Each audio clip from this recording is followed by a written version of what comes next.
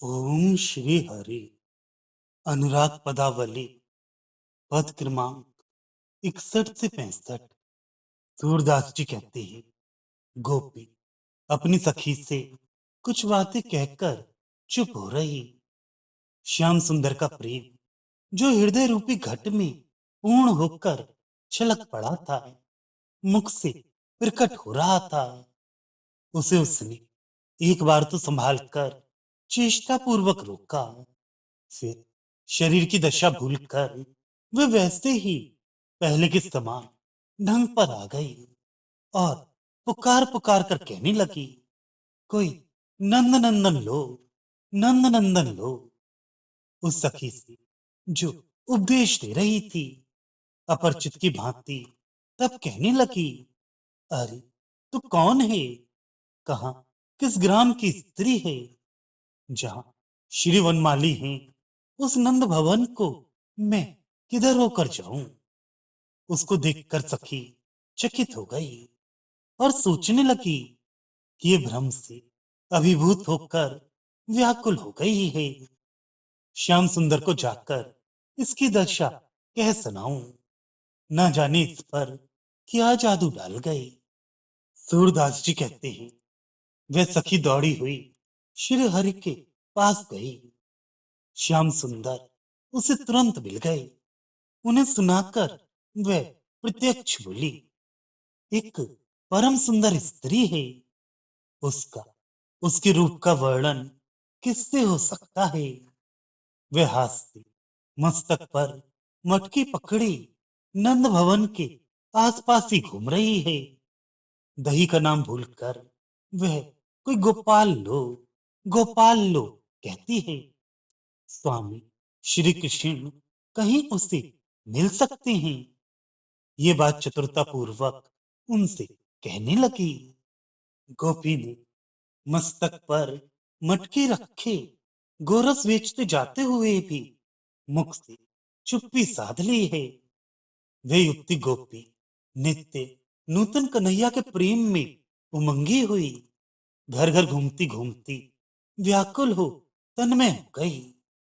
जब उसके मन में अपने शरीर का स्मरण हो आता है, तभी वे कहती है, कोई दही लो, और नंदराय के द्वार पर आकर पुकारती है, कन्हैया अत्यंत सरस मट्ठा है, लेते क्यों नहीं? इधर उधर घूम फिरकर उसी मार्ग से लौट आती है जहां श्री व्रज रानी यशोदा जी द्वार से लगी खड़ी थी।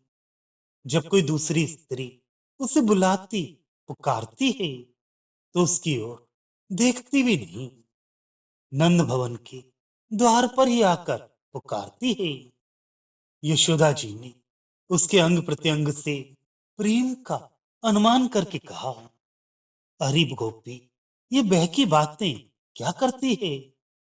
सूरदास जी कहते हैं, सुनो, ये पगली गोपी कभी से यही ढंग अपनाए हुए है।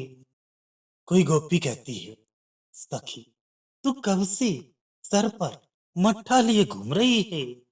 झूठ मूठी इधर उधर घूम आती है और फिर यहीं आकर पुकारती है।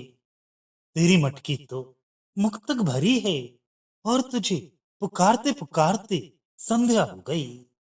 मैं समझ गई हूं कि तेरे गोरख का लेने वाला ग्राहक इसी भवन में रहता है।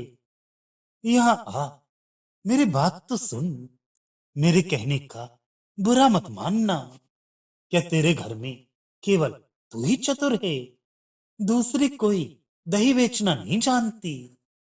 अतः घूमते घूमते उस गोपी को भ्रम में पड़कर व्याकुल एवं खिन्न हुई जानकर अंतर्यामी हृदय की जानने वाले स्वामी श्री गोपाल शीघ्र आकर इसे मिल गए। गोपी के मन में माधव से मिलने की उत्कंठा उत्पन्न हो गई है। वे मौन होकर उपदेश देने वाली का मुख देखती हुई खड़ी है।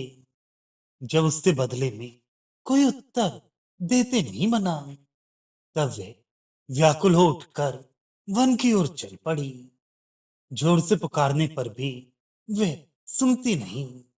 वियोग से व्याकुल होकर चारों ओर भटकती और कहती है, श्याम सुंदर, तुमने क्या बखेड़ा लगा दिया। नंद नंदन, शीघ्र आकर मिलो और अपने दान का निपटारा कर लो ना। सूरदास जी कहते हैं कि ये सुनते ही श्याम सुंदर ने आकर उसे अंक में भर लिया और उसकी दुख राशि को दूर कर दिया।